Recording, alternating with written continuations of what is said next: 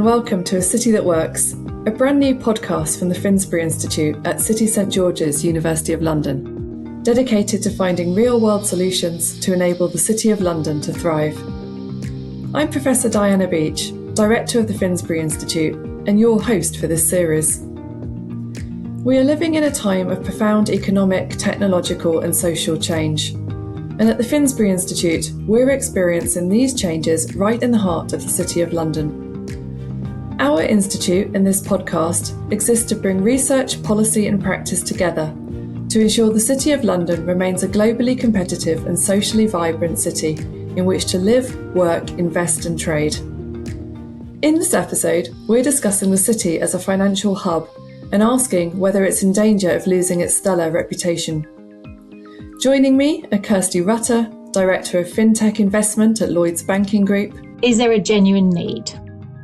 This tech is cool, but kind of so what? Does it improve economics? Does it improve outcome? Does it improve resilience? And Professor Keith Pilbeam, Professor of International Economics and Finance here at City St George's. I'm sure we will do well in certain niche areas. We will create some very successful companies, but I do worry about the sheer amount of money that the Americans can put in. When you see the figures, it's just staggering. Welcome both. So I'm going to dive straight in. The City of London has been one of the world's leading financial centres for centuries. So from where each of you sits in both academia and industry, how secure is that position today? Keith, maybe I can go to you first. Well, I think London evolved as a financial centre and continues to evolve all the time. And I don't think it's under threat in the sense that it's a global player, and it is the main global player. Very different than New York, because we are very much an international financial centre. Whereas New York serves the gigantic US economy, which is 8 times bigger than the British economy now. But we have that infrastructure because you've got the lawyers, the consultants, you've got the foreign exchange, you've got the insurance, you've got the banking. So many services are done from London with global clients, and also many of those global clients are also headquartered in London. And so it's the natural place for them to look, for their financial services, multinationals. So yes, we've been impacted adversely to some extent by Brexit. Things are changing with AI, fintech, and we're having to adapt. We've also got great education, including City St George's, as an example, London Business School, that all sort of produce people that want to work in finance and understand finance. So, yeah, it's an adaptable industry. It's a big employer, 800,000, bigger than the population of Frankfurt. So it's not really under threat, but it's obviously got to compete and remain globally competitive and deal with new rising economies like China and things like that. So, Islamic banking as well, we do play quite a role in that as well. So, we've got that genericness that no other financial centre has. So I'm confident. Thanks, Keith. We like confidence. Kirsty, do you see it that way? So a lot of what Keith has said, I completely agree with. I think the one challenge is how you retain leadership. So we got to a leading position because we had scale and legacy advantages, all of the stuff that Keith has mentioned. The speed of change, so innovation, adaptability, and how well you connect the ecosystems, those are the things that are really becoming the differentiator that we're going to need to build in my field, at least, the next generation of financial services. So we do have the banks, the fintechs, the investors and the regulators all in one place, which does make London that unique hub. But we need to get better and faster. From a Lloyds perspective, we invest in fintech, not just for the returns in a traditional investor sense, but also to stay close to how the industry is evolving and bring the innovation then back into the group. So I think London is super important for us. It's very important from a UK growth and economy perspective. I'm sure we'll get into more of the details of that in a minute. Thanks, Kirsty. I'd like to pick up on the innovation point that you just mentioned, because I'm sitting here in a university, as is Keith, and I'm just wondering how important the relationship is to you between universities, research expertise and industry networks and sustaining London as a global finance hub. Yeah, so the short answer is hugely important. It's the connectivity between research and that quality and strength of research that the UK is known for, and turning that into the commercial advantage. we have a world-class research base, but the value comes when we convert that research into ideas and companies, and those companies become sectors. So from an investment perspective at Lloyds, we actively look to back the companies that are emerging from that ecosystem, particularly in areas like AI and data, and then translate that into real world financial services impact. I mean, one of our investment companies, Aveni, is a spin out from Edinburgh University as an example. So it's really important that connectivity is key. Great, that's music to our ears. And Keith, I'd like to come back to you actually, because you mentioned the B word, you mentioned Brexit, and you said it's had some changes on London's financial sector. What impact has it had exactly? Has it weakened the city, or has it provided opportunities for reinvention? On the one hand, it has weakened us because we had automatic access to the other 28 countries. So that was a fantastic thing to be able to export your goods, the single passport, as we used to call it. So, you've got your banking license in the UK, you're free to operate in Germany, France, and service those clients, importantly, from London. But now, of course, if you want to service those clients, you've got to serve them maybe from Paris or Frankfurt instead, to some extent. You can still do a lot from London, but they're very keen to make sure that there is actual relocation back to France and Germany. So we've lost that. On the other hand, they've had to get passporting rights to enter the UK market, as we're now a third country. So it's gone a little bit both ways. But it's no doubt it damaged us, but I think it was well prepared. And then we've got the regulatory advantage now, which it goes both ways. We've got more independence, so we can maybe do what we want, make fintech licensing a bit quicker and faster, which they can't do because they've got to get agreement between all their 27 economies, on what their policy is going to be. So we've got some regulatory advantages potentially, and a little bit more freedom to sell services to other markets that maybe we hadn't appreciated that are growing rapidly. So, China is a very important market. We would like to do some more renminbi bonds and things like that from London. Kirsty, what does it feel like on the ground? Are you seeing those advantages that Keith speaks of? So I don't think anyone argues with the fact that Brexit created friction and the economic cost. We've all seen the data, but to Keith's point, it also forced us to be more deliberate about how we're going to be competitive, and regulation, and our global positioning. So we have that opportunity. So I think now it's a bit late to be asking the question, was it good or bad? From my perspective, it's more how effectively do we respond from where we are now to move forward? Because moving forward at speed, the speed is going to be really important. So I think I'd frame it more as, yep, the costs were real and are real. And so the opportunity is now to sharpen what the UK's distinctive proposition. Yeah, making the best of it. Okay, let's lean into talking about fintech more specifically then, because fintech is one of the fastest evolving parts of the financial sector.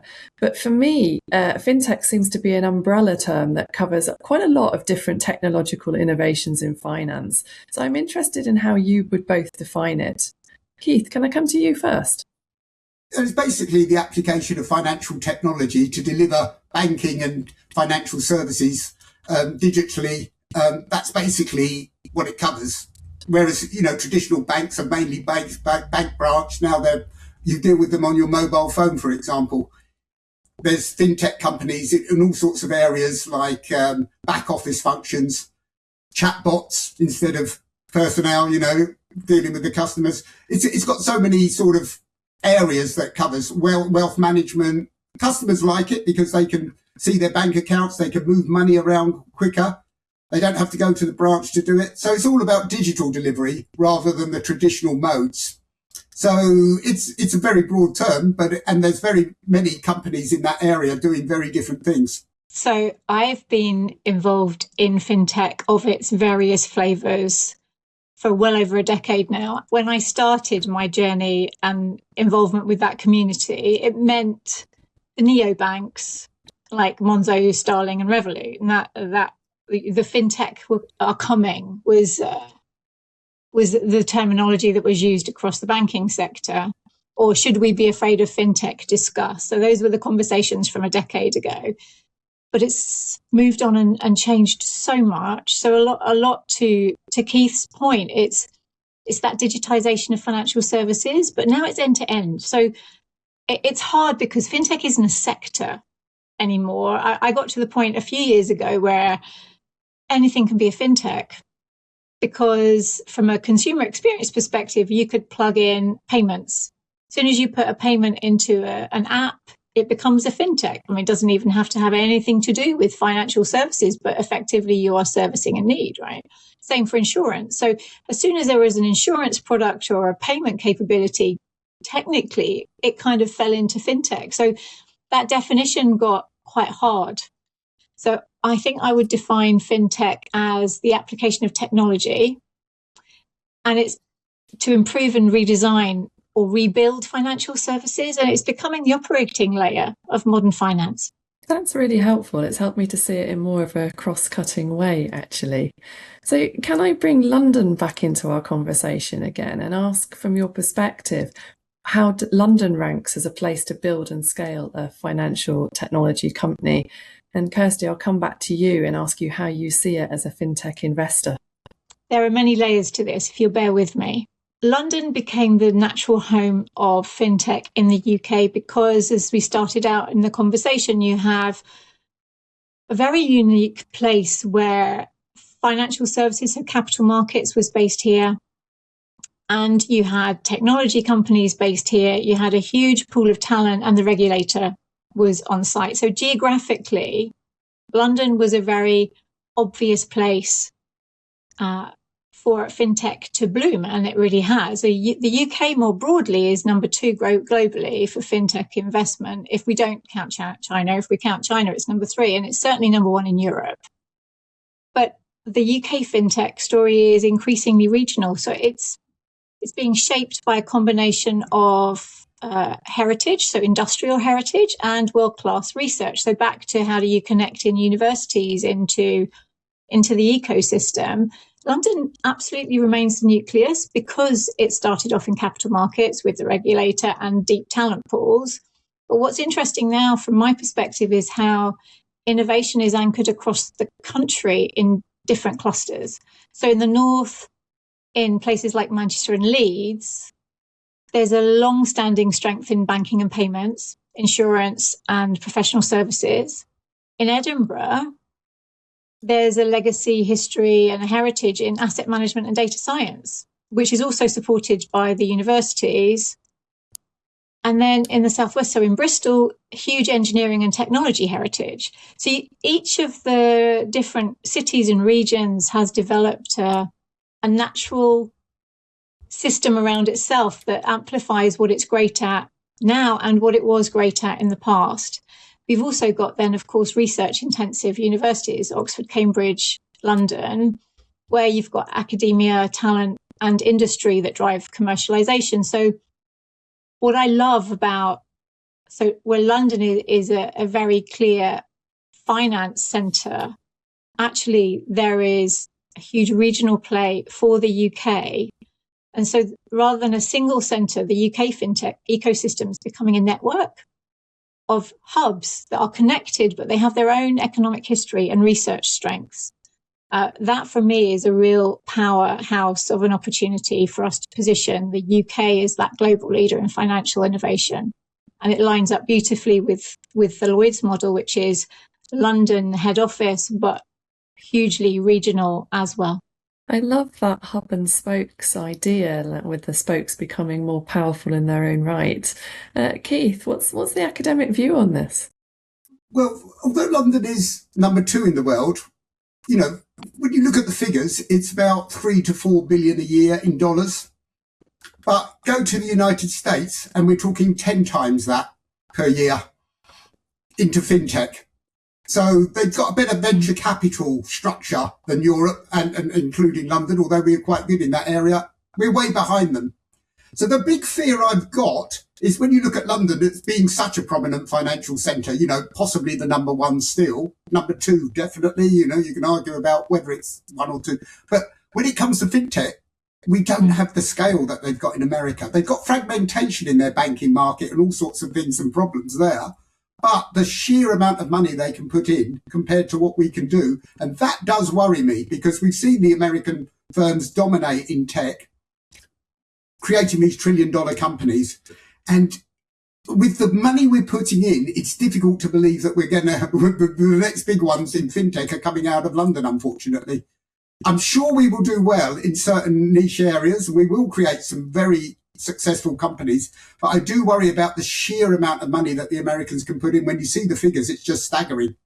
Just to come back on that, what can we change? We need to improve our venture capital, and we need the governments to support those industries and give them the flexibility to grow. But we don't want them taken over by the Americans, as they often do when they're promising. They've got the big paychecks. They just take them over and transfer the whole thing off to California. It's very difficult to compete with the sheer size of these companies they've got and the sheer amount of capital they've got at their disposal. So it is something that worries me in the long term for London, because as fintech starts to dominate and banks change completely from the way we even view banks today, they're going to change massively in the next decade. They've already changed a lot. But the amount of change coming their way is going to be even greater than the last 10 years, in my view. Change is the buzzword of the moment, isn't it? Kirsty, just to come back to you with your investor hat, what type of fintech companies are attracting the most attention from investors at the moment? And why is this? Is it AI, payments, digital assets, digital identity? What is it? So all of the above. And I'll come, if I just comment on something Keith just said then around the scaling of businesses. So I think it's particularly important, and it's a huge topic at the moment. So I don't want to walk past that, Diana, if you don't mind. No, of course. We have to move quickly. So speed, about 5 years ago, we spoke much in industry circles about how maybe we'd got a bit complacent and we needed to move faster. And there's certainly a lot of partnership and work that goes across investors, government, regulators. And that is helping. We have to go faster. So our priority in a bid to match, we haven't matched the scale up capital that's available internationally. We have still got to create an environment where we can move quickly. And so we've also got to solve for speed of regulation and commercialization. And ultimately, to Keith's point, that speed of scaling. The UK has great ideas. We're really good at starting companies, but we need to get better at helping companies reach scale here, because there is not enough growth capital within the aisles. So technical talent and market access is okay, but if you want money, you don't stay. 20% of post-Series C, so that's the larger scale businesses, get their money from domestic investors. That means 80% is coming from non-domestic overseas investors, which is a lot of what we are struggling with. Even our pricing strategies here. So investors will typically price more conservatively than overseas majority US investors will. And so we're not balanced. We are not competing. Kirsty, I was just going to ask you a question myself, actually. How is fintech affected the banking industry? What are the main sort of areas you've had to innovate and change? There's many layers to that response to that question. It's a great question. And I would say I think I mentioned earlier, 10 years ago when the Revoluts of the world, maybe it wasn't 2018 they started. So let's say 6-7 years ago when they emerged, there was an expectation that there was not going to be a threat, but there was probably stuff we could learn. A lot of the industry responded with some surprise and some doubt, I think, as to how the Revoluts, the Monzos, the Starlings of the world were going to take away business.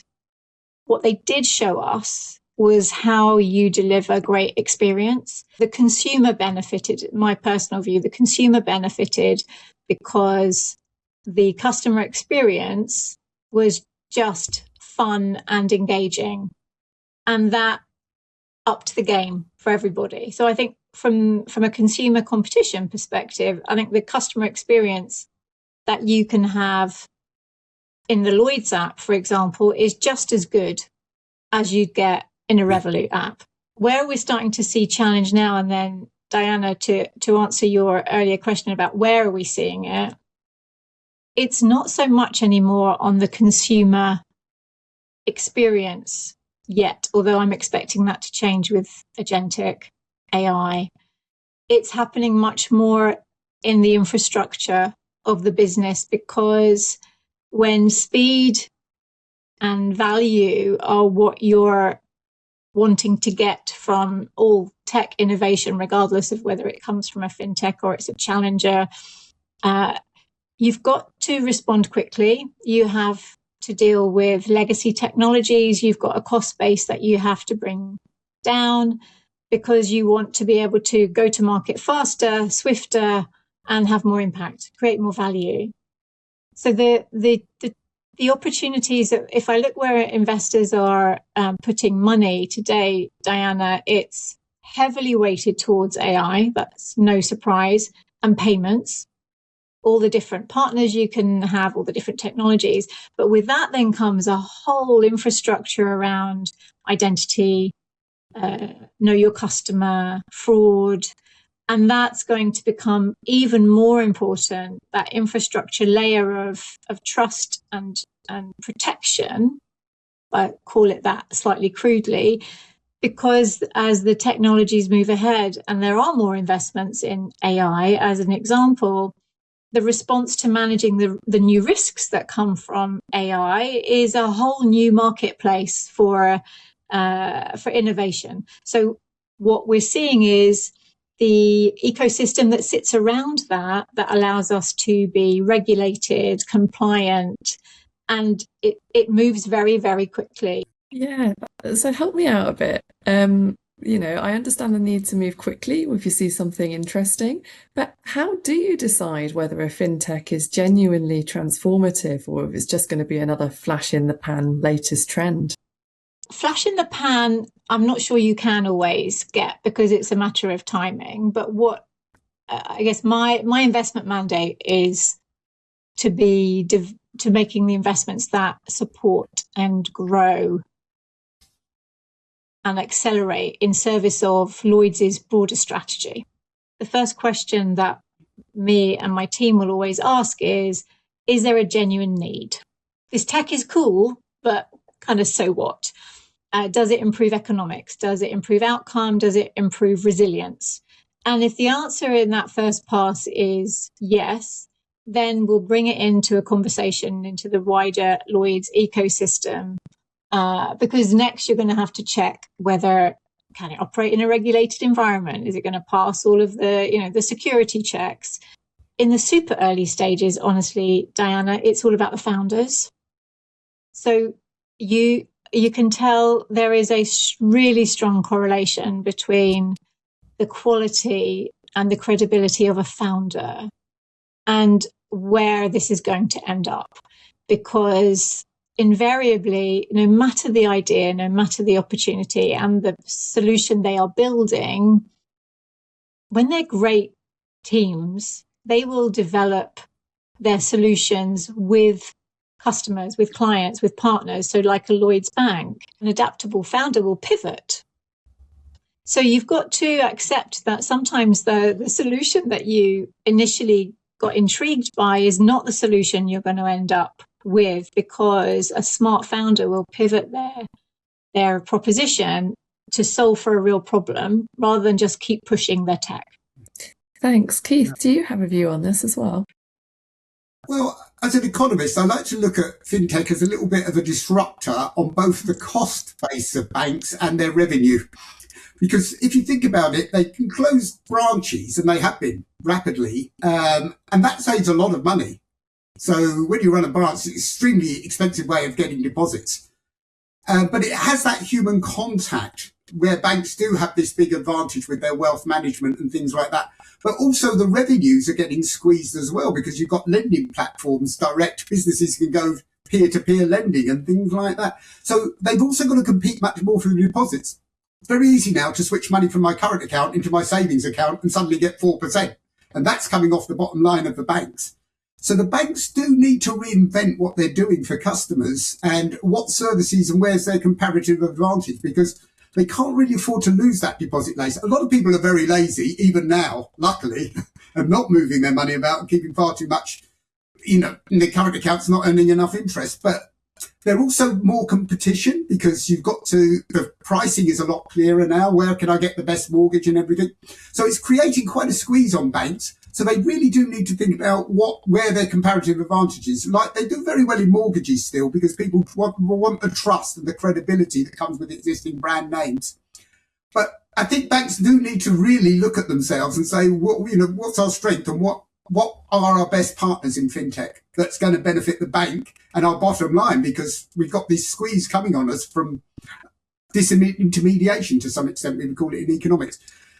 And some fintech companies are well worth partnering with, but then do you get exclusivity, or are they going to want to work with other banks as well? So it creates a lot of problems for banks. What I would say is that the best banks are going to continue to do well because they will adapt to their customers' needs. They've got big customers. They get a lot of feedback. They've got a lot of data on their customers, which now, of course, some of the fintechs get access to because of the PSD 2 regulations, so they can create APIs that benefit from that data. So there's a lot of competition out there for banks, and I see them getting bigger. The big ones are probably going to get a little bit bigger, and some of the smaller ones cannot finance it and stay up with it.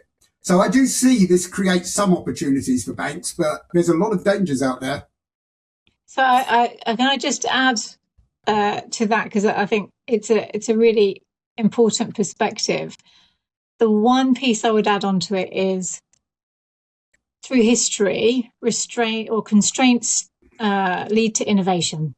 It's what we've seen at a rapid pace for the last decade and for the last probably couple of centuries, where I think some of the disruption that we're experiencing at the moment, when it settles, will actually end up, my hope is that the organisations like Lloyds, who are very focused on the customer experience, the customer value and the client, will end up developing products that have more added, there's more value to them than just the economic value. So as a consumer, price obviously matters, but we're seeing it from younger generations than me, that it's not just about price, it's also about ethics and other, whether those be ESG or other elements, that I think there's a great product design opportunity to build into that, creating value in ways we haven't done it before.